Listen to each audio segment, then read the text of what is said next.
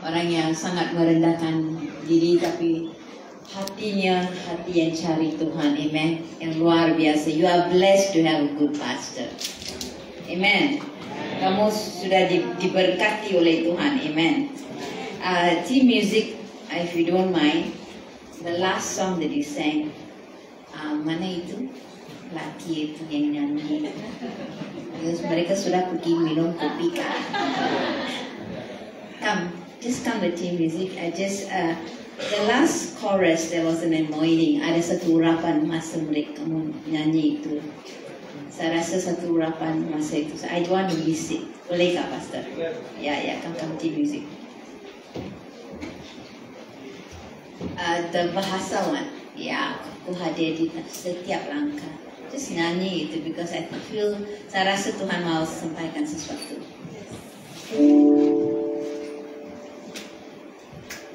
Mandi. 'Cause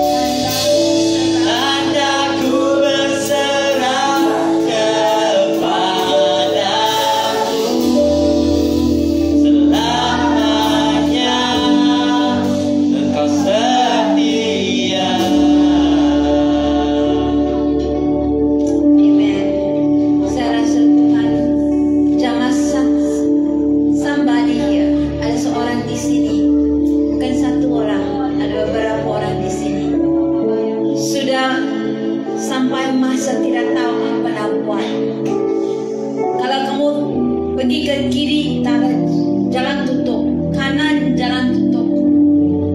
Kamu rasa sebagai semuanya tak boleh bekerja lagi. Tapi Tuhan mau mengingatkan Anda bahawa Tuhan tidak melepaskan tangannya. Tangannya tinggi. Kalau kita berserah kepada Tuhan, serahkan semua diserahkan kepada Tuhan. Percayalah bahawa Tuhan boleh mengambil kita, memulihkan kehidupan kita. Walaupun lihat tak ada hope lagi, tak ada harapan lagi, tapi ada harapan dalam Yesus Kristus. Kalau kita serahkan semua kepada Yesus Kristus, satu pemulihan yang luar biasa akan terjadi dalam kehidupanku. Saudara-saudari, Tuhan ketuk pintu hati kita. Bolehkah Anda percaya kepada Tuhan? Percaya Tuhan akan pegang tangan kamu dan tidak akan melepaskan kamu. Adakah kamu percaya Tuhan tidak buat miracle mujizat setengah-setengah dan serahkan kamu dan biarkan kamu bersendirian dan pergi? Tuhan tidak buat begitu. Apa yang Tuhan cakap dari permulaan perjanjiannya, dari ke akhir Tuhan boleh Tuhan setia sampai terakhirnya. Tuhan tidak akan lepaskan tangan kamu. Serahkan. Ada pemuda-pemudi sini, ada keputusan hati kerana hubungan yang terputus. Heartache, heartbreak, it's real. Tapi Tuhan mengatakan, saya tidak akan biarkan kamu bersendirian. Dari pertama sampai dari permulaan sampai ke akhir, Tuhan ulurkan tangannya yang besar dan tinggi. Ada ajaib, ada miracle. Kalau orang tidak hargai kamu, Tuhan hargai Anda. You are special to God. Sangat dihargai oleh Tuhan. Kamu lebih dihargai daripada permata-permata yang banyak berharga di dunia ini. Permata diamond ke emas ke apa-apa. Lebih berharga.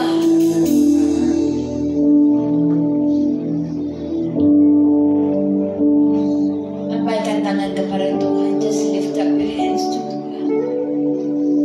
Serahkan sekarang. Serahkan apa-apa dalam hati kamu. Kesedihan, your heartbreak, masa depan kamu. You can't see your future. Kamu tidak boleh melihat bagaimana masa depan akan terjadi. You don't know what's going to happen tomorrow. Kamu tidak tahu apa yang akan berlaku dalam masa depan. Tapi Bapa di surga tahu semuanya. Kalau dia pegang tangan, dia tidak akan melepaskan. Engkau Tuhan hadir di antara umatmu Tuhan. Sing that, sing it. Masa kita nyanyi itu seperti satu doa kepada Tuhan. Not just a song, a doa, just that part. Kau hadir and tulurkan tangan.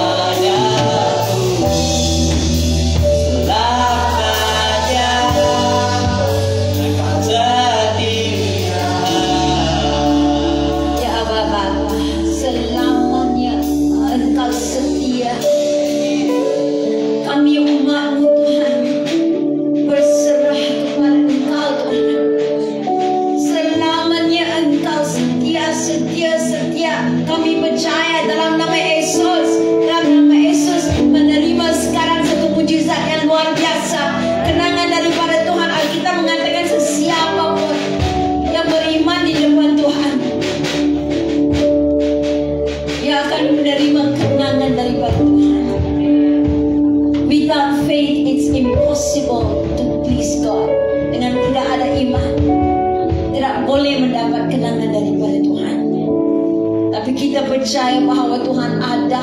Amen, Dia ada. Dan kita akan mencari wajah Tuhan dengan segenap hatinya. Amen. Amen. Yes Lord, touch your people. Touch. Jamah semua umat-Mu di sini Tuhan.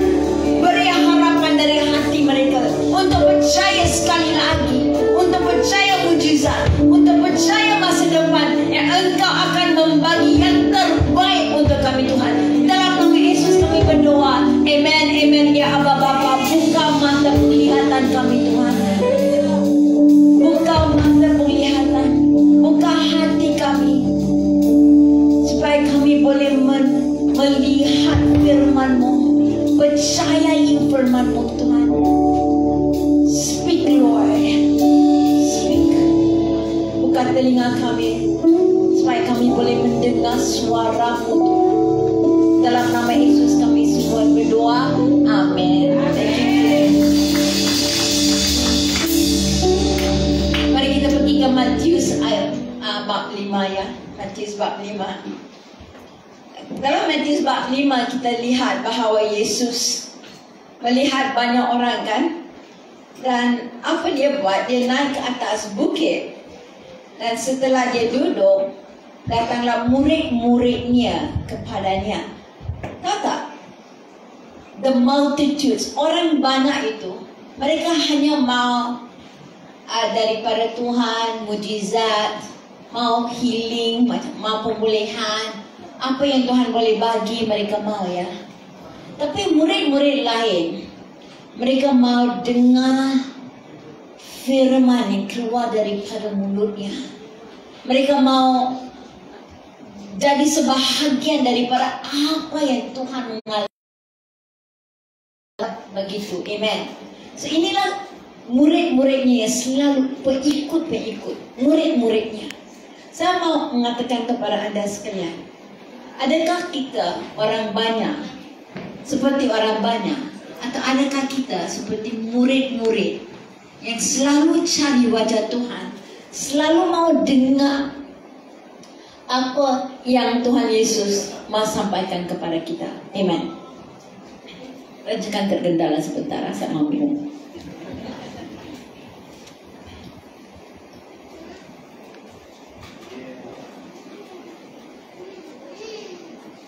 Matius 1 ayat yang kedua. Yesus mulai berbicara dan mengajar mereka. Tahu tak, Yesus dengan murid-muridnya selalu mengajar. Saya rasa pengajaran itu selalu diberi kepada sesiapa yang menjadi pengikut atau disciple atau murid kamu. Amen. It's good to have fellowship. Homesel have a lot. Homesel is a very good place. Okay. Tapi bukan hanya makan dan berketawa-ketawa. Selalu homesel mereka suka makan kan? Kalau tak ada makan tak mau datang kan? So, kamu orang banyak ke orang murid? So kita kan okey lah, mesti ada makan, saya tahu. Kamu lapar, tak apa. Enak makan sangat enak lah. Orang Malaysia pandai buat makanan. Especially your food is very nice. So kan, mereka semua datang untuk makan. Tapi Yesus, semasa orang datang ya, selalunya diberi ajaran. Nah, ajaran itu sangat penting. Karena makanan untuk satu jam, 2 jam, 3 jam kan? Tak boleh tahan selama-lamanya. Tapi firman Tuhan adalah sesuatu yang mengajar kita. Dan kita boleh jalan dengan Tuhan selama-lamanya. Food feeds you for an hour. Makanan menyenangkan penuhi perut kita untuk 1 jam. Tetapi firman Tuhan penuhi jiwa kita selama-lamanya. So apakah lebih penting? Firman Tuhan. Mari kita lihat. If you can put up the scripture, adakah? Kalau tak ada, tak apalah. Kamu semua ada firman dalam tangan kamu kan? Handphone pun ada, iPad pun ada. Dulu saya selalu datang gereja, big Bible in my hand. Tapi sekarang everybody modern, ada handphone. Handphone kamu ada Alkitab kah? Ada? Boleh buka ya. Okay. Atas tak ada, kamu buka, kamu lihat. Mari kita lihat apa.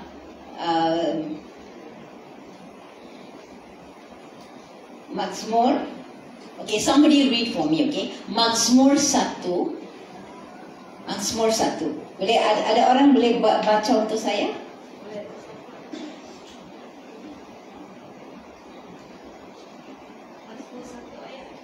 Ayat 2. I think ayat 3, dari ayat 3.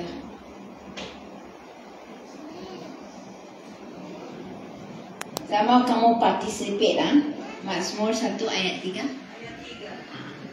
Dia seperti pohon yang ditanam di tepi aliran air yang menghasilkan buahnya pada musimnya.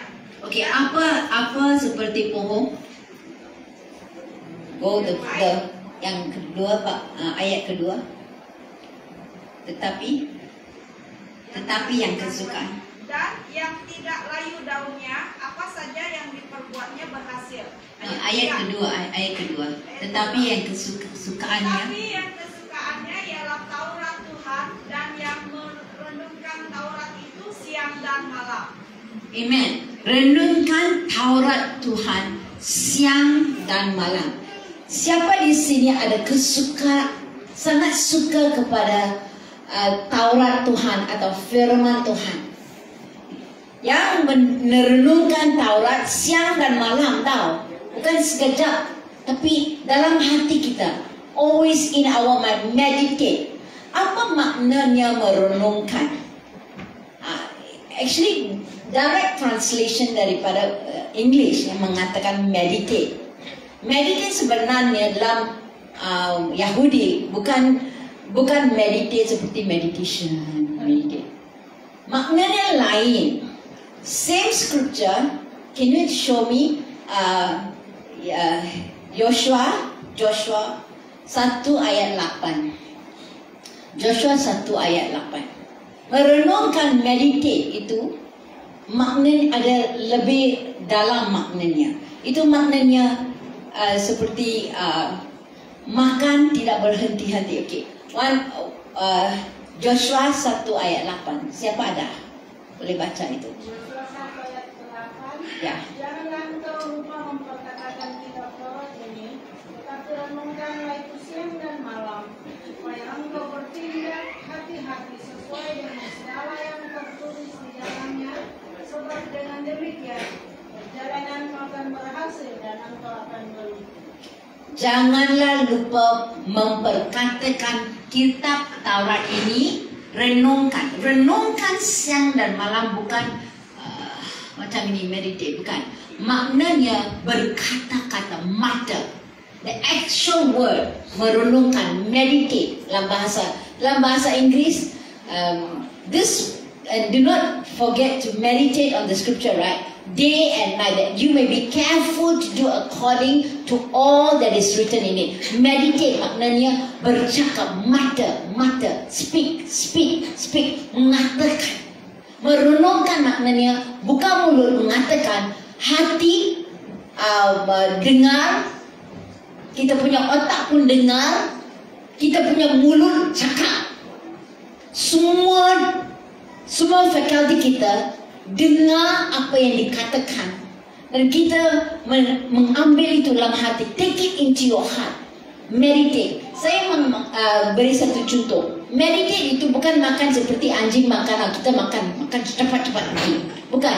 Seperti lembu makan. Siapa ni tahu bagaimana lembu makan? Adakah anda pernah lihat lembu? Saya heran sekali tahu. Saya pergi ke Sabah, Sarawak, sedikit lembu, tak ada lembu. Mereka ada tanah yang baik, tak ada lembu. Saya tanya mereka, kamu mau progress you punya tanah, you mesti ada lembu tau.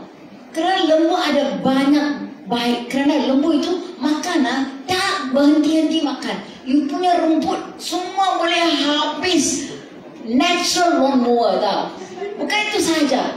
Itu lembu malam pun mesti makan tau. Malam tidur mesti ada makan, mesti makan. Bagaimana saya tahu? Saya bapa dulu ada tanah di KL. Orang bekerja tadi pergi kerja, dia tak ada masa untuk lawn. Mana dulu ada lawn mower. So dia ingat macam mana saya mesti potong lembu. Senang. 2 lembu yang bersusu tau. 2 lembu susu dalam kita macam mana jaga. Tapi dia pandai kan, dia bagi dia makan semua. Rumput kita, we never had to cut grass. Bukan satu kali. Tak ada orang potong lembu. Dimakan, rumput semua dimakan oleh lembu. Lagi apa? Malam kan, evening kan, petang, saya bapa kembali rumah.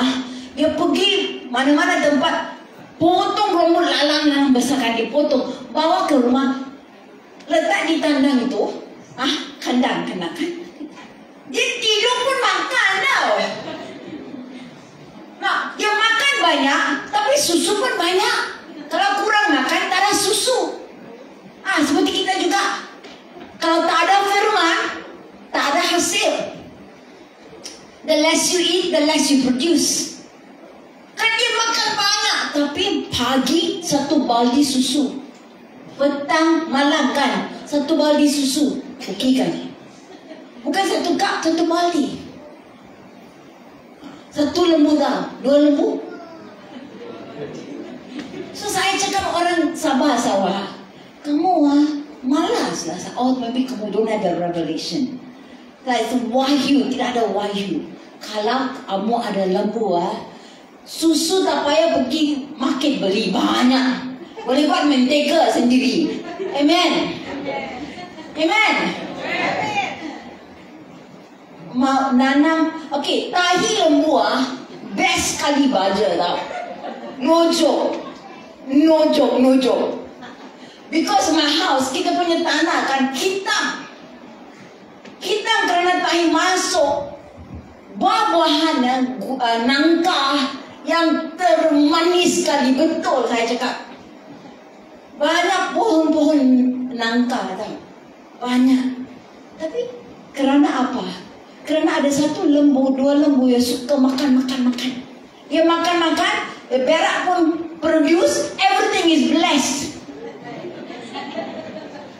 So, merenungkan maknanya makan, firman Tuhan, ingatkan, meditate, bercakap, tidak berhenti. Mengapa bercakap tidak berhenti? Karena hati kita ambil masa untuk percaya. Ada orang saya percaya, I believe. You believe what? Alkitab mengatakan iman datang dengan apa? Dengan dengar dan dengan apa? Firman Tuhan. Faith comes by hearing and hearing the word of God. Mesti dengar firman Tuhan, betul? Dulu kan saya kerja kuat. Saya punya job apa? Bersihkan kandang lembu. Selepas kembali dari sekolah, saya mesti clean and dry untuk lembu. Why am I talking about lembu? Merenungkan, meditate, kan? Kita mesti ingat. Kalau kamu baca ini, renungkan, ingat lembu. Lembu makan tidak berhenti. Lembu makan, dia masuk atas, dia masuk ke atas, tak tahu mana. Dikembalikan dan makan lagi. Regurgitate. Takes it in, keluarkan, makan lagi. Itulah lembu. Bukan makan seperti kita. Dia makan, tidak pergi perut straight. Pergi atas don't know which one place, simpan, keluar lagi, makan. Keluar lagi, makan. Meditate. Maknanya 1 ayat daripada Tuhan. Kita meditate sampai dia masuk ke dalam jiwa kita. You faham? Kalau kita tidak tahu bagaimana membawa firman Tuhan dalam, just remember lembu. Bagaimanakah lembu makan? Dia makan, dibuat regurgitate. Maknanya makan, simpan, keluar lagi, chew lagi, simpan, keluar lagi, chew lagi. that will go inside. Itu sangat penting dalam firman Tuhan. We don't read the word of God. Kita tidak baca firman seperti surat khabar. Baca seperti cerita, buku cerita. Baca seperti, saya mau belajar. Apakah engkau Tuhan mau sampaikan kepada saya? Alkitab mengatakan masa itu come back to Matius 5. Matius 5 Yesus mengatakan sesuatu yang Beatitudes yang saya mau bring up the Beatitudes ya. Berbahagialah orang yang miskin di hadapan Allah. Itu betulkah? Berbahagialah macam mana orang yang kaya? Tidak bahagia. Kalau Tuhan berkati kamu, kamu ada berlimpah-limpah, kamu tidak bahagia. There is something that is not correctly. Translation yang tidak betul. Saya pergi ke bahasa Inggris ya. Boleh ya? Saya tunjuk kamu translation dalam bahasa Inggris. Alkitab mengatakan, blessed are the poor in spirit. Berbahagialah, blessed are the poor in spirit. Kan? Itu lain maknanya. Berbahagialah orang yang miskin. Berbahagialah orang yang miskin dalam roh. Lain. Dalam roh. Blessed are the poor in spirit. Dalam roh. Bukan dalam jasmani. Itu sesuatu yang sangat penting. Kalau kamu ingat, oh saya mesti jadi orang miskin. Hanya saya jadi orang miskin, saya berbahagia. Kalau saya tidak, okay, opposite of bahagia apa? Kutulah. Curse, right? Curse. Opposite. Apa itu?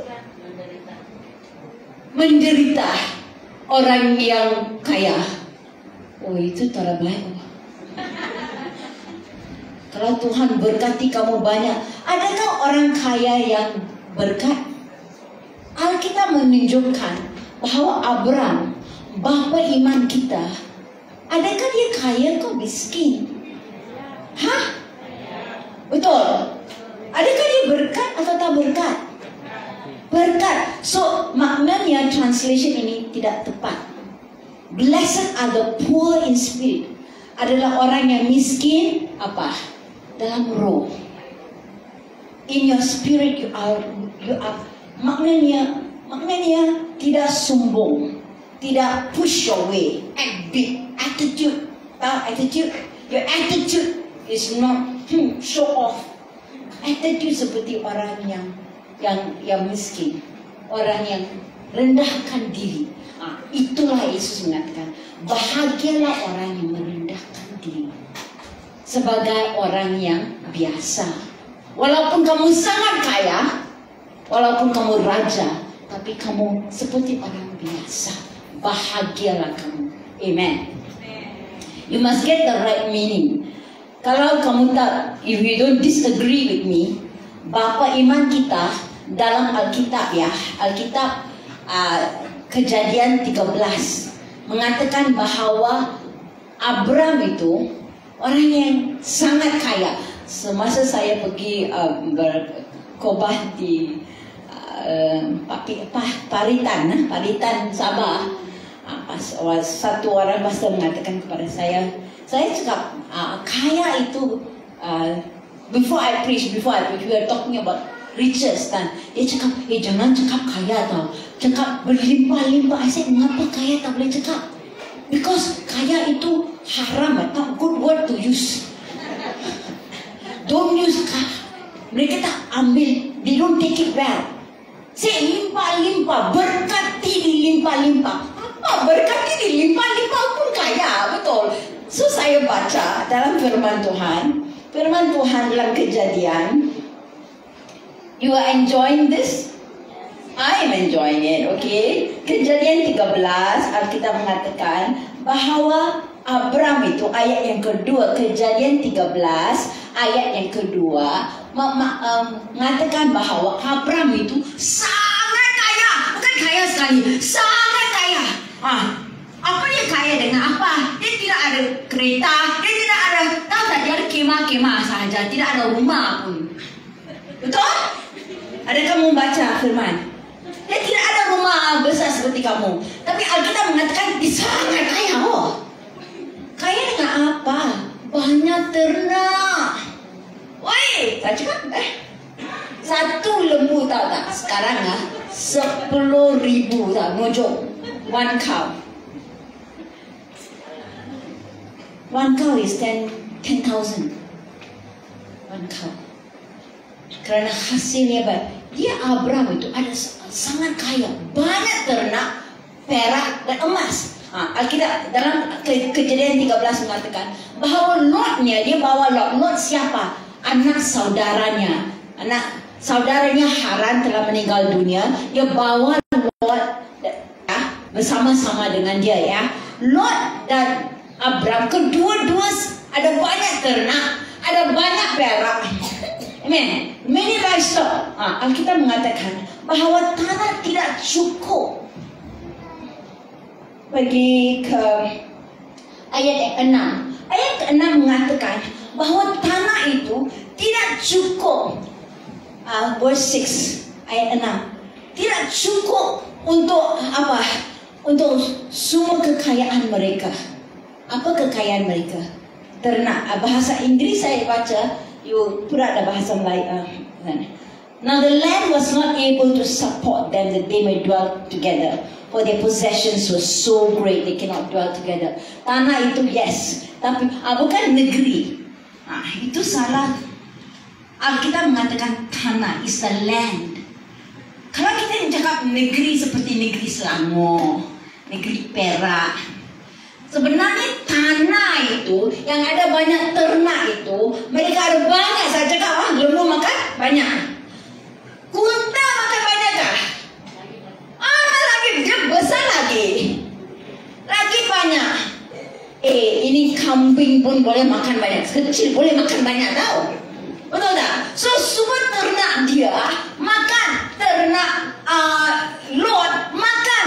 Oleh kerana itu pekerja-pekerja mereka bergaduh. Mengapa mereka bergaduh? Tak cukup tanah, tak cukup makanan untuk ternak. Saya pernah pergi ke New Zealand. New Zealand itu tanah luas kan, pasture land banyak untuk sekumpulan kambing-kambing biri-biri atau apa itu lembu ke apa. Not so much, tapi mereka makan banyak. Mereka perlu tanah yang banyak, rumput yang banyak. Itu makanan mereka.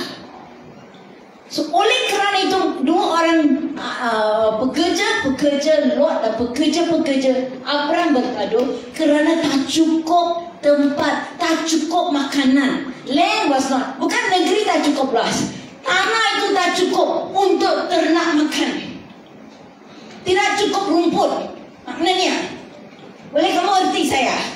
Ya, Alkitab mengatakan bahawa mereka tidak ada harta seperti kamu ya. Pink diamond ke pun tak ada, banyak handbag pun tak ada. Tapi Alkitab mengatakan bahawa Abraham itu sangat kaya. Tapi luar biasanya, kepada orang yang sangat kaya itu, Tuhan menunjukkan dirinya sebagai Jehovah Jireh.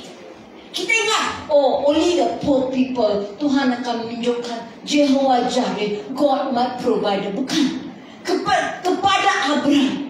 Kerana Abraham mengikuti, taat kepada Tuhan. Tuhan mengatakan kepada Abraham, berikan yang kamu sangat mengasihi. Itu anak kamu yang kamu sangat mengasihi, serahkan ke atas Mizpah. Dia tidak, hatinya tidak atas harta atau atas kekayaan. Hatinya anak kesayangan itu. Tuhan cakap, itu yang kamu suka, bagi kepada saya. So dia bawa anaknya atas gunung itu untuk disembahkan. Luar biasanya Tuhan hantar malaikat kepada Abraham. Ini Kejadian 22 semua ini. kepada Abraham mengatakan, Abraham, jangan serahkan anak kamu kerana Tuhan. Sebelum itu Ishak mengatakan kepada Abraham, Bapa, mana itu? You have the wood, kamu ada kayu, kamu ada semuanya. Mana itu kambing untuk dikorbankan? Bapanya cakap, the Lord will provide. Tuhan akan berikan. Amen. Di Mizbah itu Tuhan tidak benarkan pembunuhan anaknya. Hanya mau test the heart, uji hatinya. Dan dia lihat, dia pandang atas, dia lihat ada satu domba ya. And dia mengatakan, God, my provider, Yehovah Jireh. Orang yang terkaya sekali, tapi Tuhan menunjukkan bahwa Tuhan adalah Tuhan Yehovah Jireh yang memberikan kepada kita semua. Itu satu wahyu yang luar biasa. It's very interesting. Bukan orang yang miskin. So you cakap dengan saya, oh, you prosperity preacher, you preach rich. Bukan, saya preach my Father in heaven is rich. Your Father in heaven rich or poor?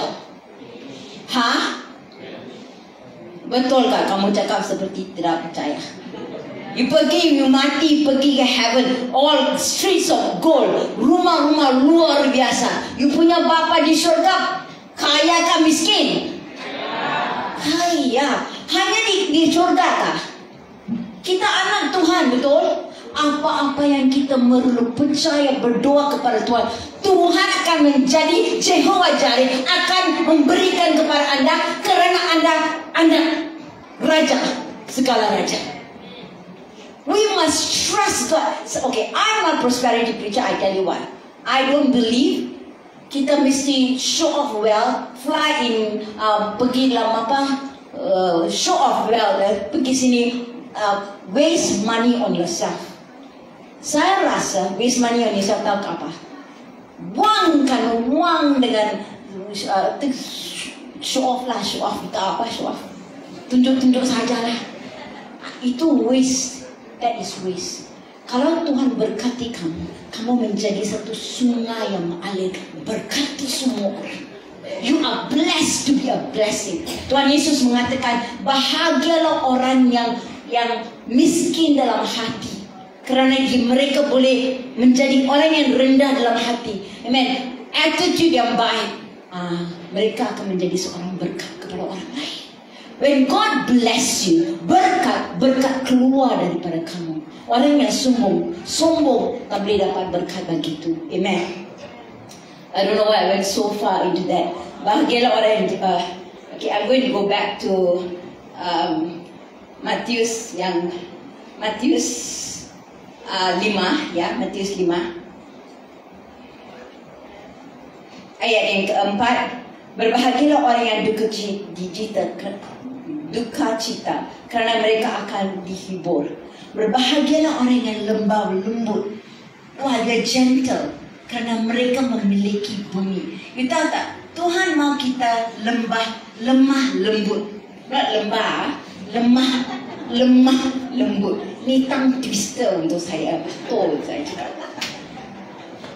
Lemah lembut. Itu satu hari saya berkhotbah, saya cakap, lembu makan rambut hatimu.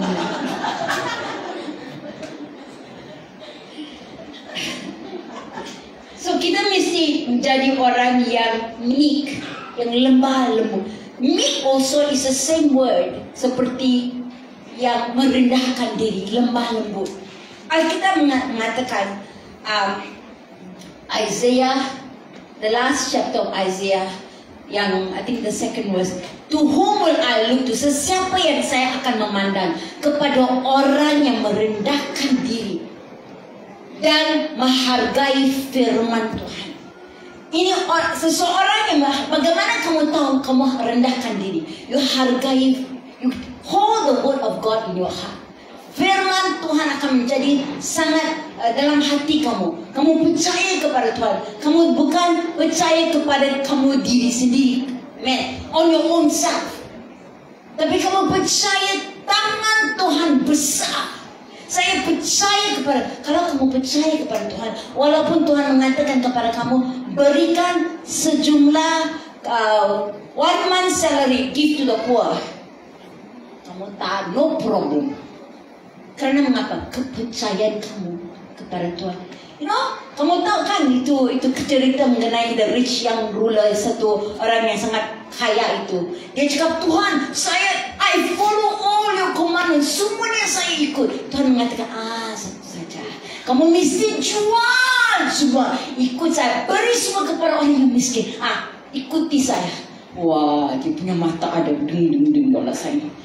Ya tak boleh, ini terlalu susah, Hah? Betul tak?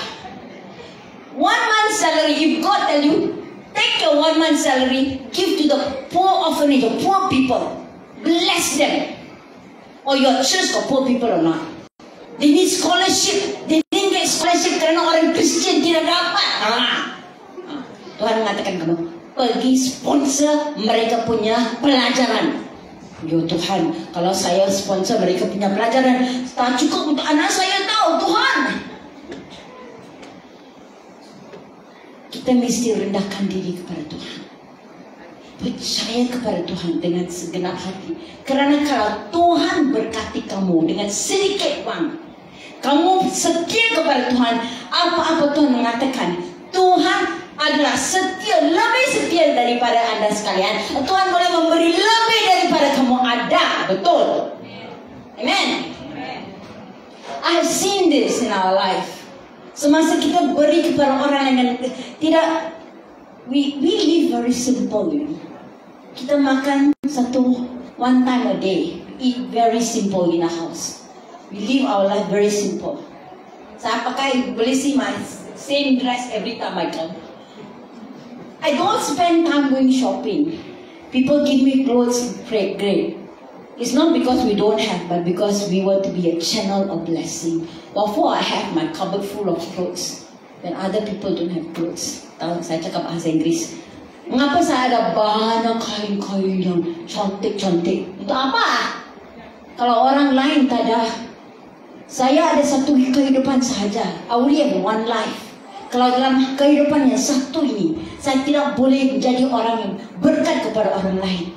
Apa gunanya? Untuk menjadi berkat, kita mesti mengetahui cara Tuhan. We must know the heart of God. Kita mesti mengetahui apakah dalam hati Tuhan. Tuhan tidak mau kita menjadi miskin. Karena kesemua kemiskinan sudah di kayu salib. Kesemua kesakitan kamu sudah di kayu salib. God has taken it all. Tuhan telah ambil semuanya. Tuhan akan memberi kamu satu kehidupan yang baik, yang sempurna, supaya anda dan saya boleh menjadi orang yang berkat. Bahagialah orang, 8. Bahagialah orang yang suci hatinya. Bagaimana kita jadi suci? Firman Tuhan, dan cucikan hati kita, menjadikan kita suci di depan Tuhan. Saudara-saudari, apa yang saya menyampaikan so far is this: kita mesti cari Tuhan dengan cari firman-Nya, baca firman-Nya, mengetahui firman. Don't just memorize, understand the context. Belajar mengenai firman. Apa yang Tuhan mengatakan. Go after God. Cari wajah Tuhan. Tuhan akan menghadiahkan kita. Tuhan akan berkati kita dengan luar biasa. Amen. And we're going to go on to the next one. Bahagialah orang yang membawa damai. Amen. Kamu orang yang damai.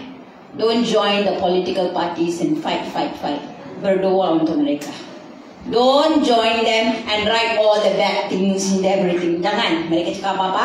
Kita doa buat apa? Kita orang yang damai. Kita berdoa. Amen. We pray. We bless. You don't like also you bless. Kita mengatakan apa? Lan 11. Bahagialah orang yang dianiaya oleh sebab kebenaran. Kerana mereka yang punya kerajaan syurga. You know, jangan takut dianiaya. Don't be afraid. Jangan takut orang cakap bohong atau hal-hal yang jahat. Ada orang cakap begitu. Jangan takut. As long as you walk, kita jalan dalam kebenaran, dalam dengan firman Tuhan Yesus. Cari wajah Tuhan. Apa orang cakap, jangan peduli. Kerana Tuhan, kepunyaan syurga adalah untuk kita. Tapi bagaimanakah hati kita, respons kita? Bila orang cakap mengenai kita, apakah kita mesti buat? Yesus mengatakan, inilah kamu mesti buat. Ayat 11, bahagialah kamu jika kerana aku kamu dicela, dianiaya, dan kepadamu difitnah segala yang jahat. Apa-apa mereka buat kepada kamu, mereka buat kepada Yesus. Amen. Nah, ayat ke-12 mengatakan apa kita mesti buat? Bersukacitalah. Haleluya. Itulah masa pujian. Orang buat anak. Haleluya. Thank you Jesus. Thank you Jesus. Berpuji, bersukacita dan bergembiralah. Amen. Oh, I very takut loh. They coming after me. Bukan. Bersukacita, bergembira kerana kita ada bodyguard daripada syurga. Tahu tak? Malaikat-malaikat yang luar biasa. God dwells in the praises of His people. Tuhan, hadirat Tuhan ada dalam persembahan dan pujian kita yang bersukacita di depan-Nya. Mengapa kita sukacita? Kerana kita percaya Tuhan hadir dengan kita. Hadirat Tuhan sertai kita. Amen. See, I'm telling you this kerana ini sangat penting. Masa depan yang akan datang bukan masa depan yang a bed of roses, bukan red carpet. Masa depan yang akan datang adalah masa depan yang orang mau menyanyi kamu dan saya. Kita mesti siap sedia. Rendahkan diri di depan Tuhan. Cari wajah Tuhan, cari firman. Get the word of God into you as much as possible. Cari dapat semua firman Tuhan. Penuhi seperti lembu. Ingat lembu makan tak berhenti. Makan firman Tuhan tak berhenti. Tak berhenti. Kita mengatakan kita mesti buat apa? Bersukacita, bergembiralah. Kerana upahmu besar di syurga. Sebab demikian juga mereka dianiaya nabi-nabi yang sebelum itu. Yang 13. Kamu adalah garam dunia. Amen. Kamu adalah terang dunia. Kamu adalah pelita. Go down. Kamu ada pelita. Kamu ada terang dunia. Kamu adalah garam dunia. Do you know you are very different? You are not like the people of the world. Kalau kamu jadi sama seperti mereka, kamu akan step over. Tapi kamu lain. Oleh kerana kamu lain, mereka akan aniaya kamu. Kerana mereka itu dikuasai oleh kuasa jahat, kuasa gelap. Kita tidak boleh sedih. Kita mesti bersukacita. Kita mesti berpuji. Kita mesti menyembah Tuhan. Kita mesti firman Tuhan mesti penuhi. Renungkanlah atau meditate seperti lembu renungkan. Bukan seperti orang buat yoga. Bukan mereka. Seperti lembu makan. Remember lembu. So makan firman Tuhan sepanjang hari malam. Get it into you. Dan kamu boleh melihat mujizat yang luar biasa. Your miracle, mujizat kamu dalam mulut kamu. Tahu tak? Perkataan yang keluar daripada mulut datang daripada hati kamu. Kalau hati kamu percaya, mulut kamu cakap perkataan begitu. Oleh kerana itu, firman Tuhan mesti penuhi jiwamu dan jiwa saya juga. I feel I'm not enough. Saya rasa saya tak cukup. Saya rasa saya mesti, walaupun saya belajar banyak, saya rasa there's so much in the word of God. Ada banyak saya tak cukup. Not enough. Walaupun saya tahu, saya rasa saya tak tahu. Saya belum lihat ada lihat orang yang branded Raisa, saya pernah lihat itu. Adakah saya share testimony itu orang yang sudah mati branded? Tak. Okay, I'll share with you this testimony. So kawan saya panggil saya, please pray for my brother. Dia cakap, saya berdoalah brother saya di GHKL. Dia cakap dia sudah kena stroke. Doktor sudah cakap branded. Tapi saya doa untuk roh dia mesti kembali kepada Yesus. Dulu dia dalam church, sekarang dia dalam pubza. So please pray saya mau roh dia kembali. Please go pray for my brother. Saya cakap okay. Tapi saya cakap itu, I pray. So I pray at home. Satu hari saya memandu hantar orang, Roh Kudus cakap, go now and pray. I said, what? Now? God? Now? Siap. Go now. Saya cakap, saya give excuse. Tuhan, alasan. Tuhan, hujan lagi, panas. Boleh saya pergi masa lunchtime? Bolehkah saya ada cukup masa kah Tuhan? Tuhan, saya one more thing Tuhan. Okay, I pergi. Tapi Tuhan, tahu tak dulu JH bukan sekarang punya. Dulu ni long time lah. Parking terrible tau. Saya cakap, Tuhan, lunchtime parking terrible. Tak boleh dapat lagi. Panas lagi, hujan lagi. Tuhan, semua satu hari. Saya cakap, Tuhan, kalau kamu betul-betul mau saya pergi berdoa untuk dia, saya cakap, satu mujizat boleh kamu bagi kepada saya. Satu mujizat you mau saya berdoa untuk dia. Berdoa mesti dipulihkan. Tak boleh berdoa dia mati ya. So saya cakap, Tuhan, you mau saya pergi berdoa, saya mau satu mujizat. Give me a covered kapak. Saya sombong betul. Saya mau satu kapak covered supaya saya boleh park. Saya tak mau hujan dan tak mau panas itu. Tahu tak? Semasa saya masuk GHK, saya nampak itu security guard. Saya senyum. Mesti smile. If you want America, you smile. Saya senyum kepada security guard. Ada tempat untuk saya parking dalam bangunan. Dia pandang saya. Bangunan. Pergi sini. Ayo masuk ini. Masuk. Kalau ada lah. Dia cakap. Saya cakap, okay, thank you. Saya pergi semua penuh. Tapi ada satu tempat. Enam untuk saya. Saya parking. Saya sudah parking tu. Saya buat Tuhan, ini satu mujizat betul. Mana boleh dapat cover kapak.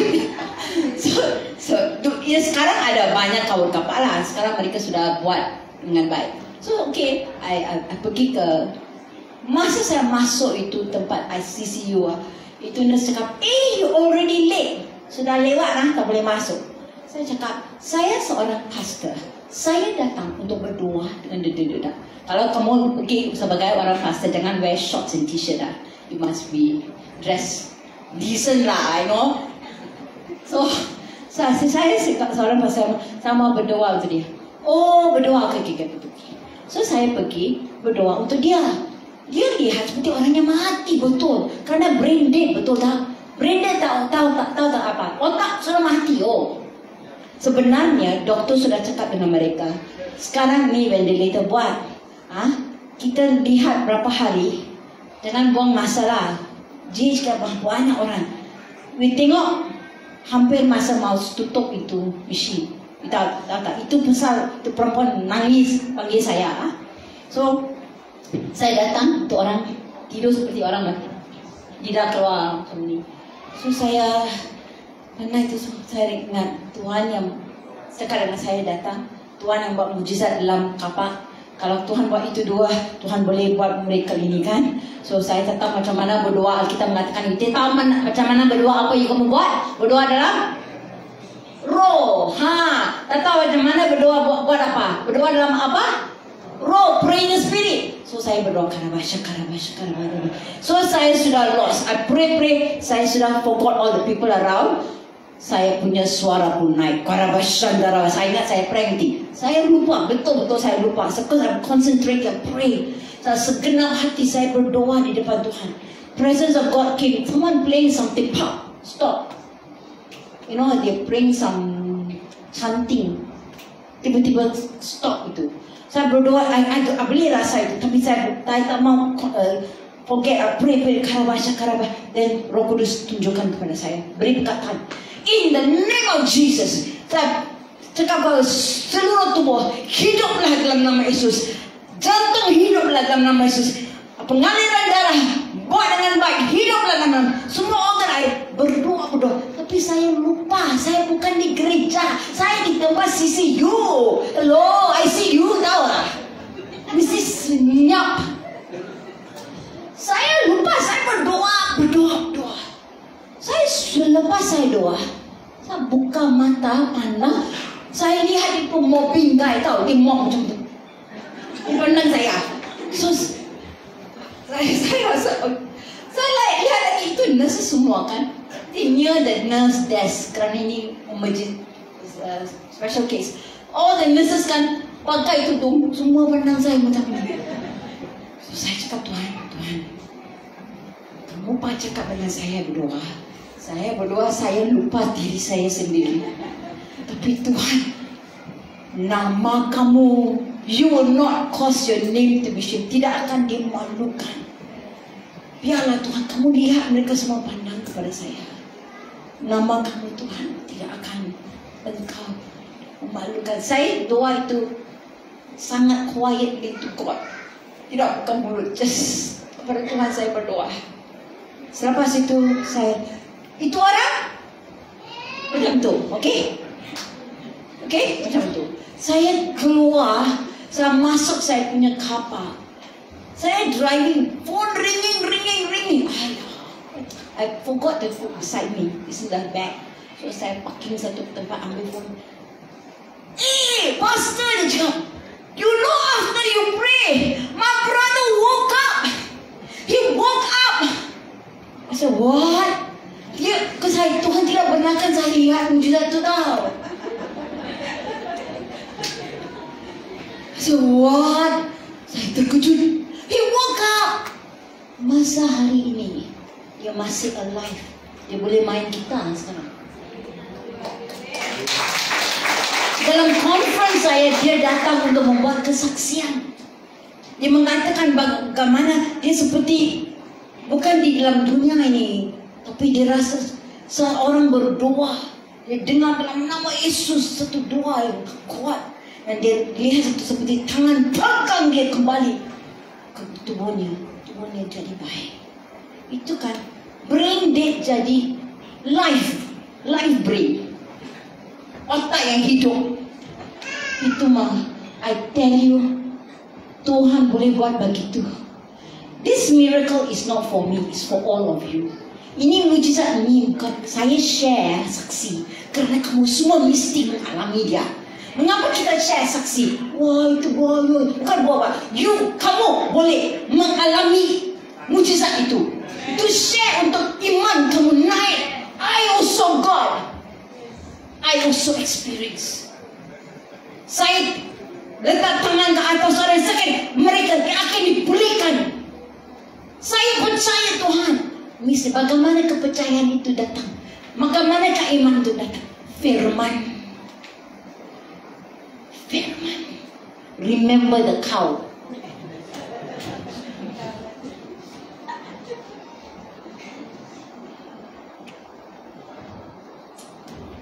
Mari kita berdoa.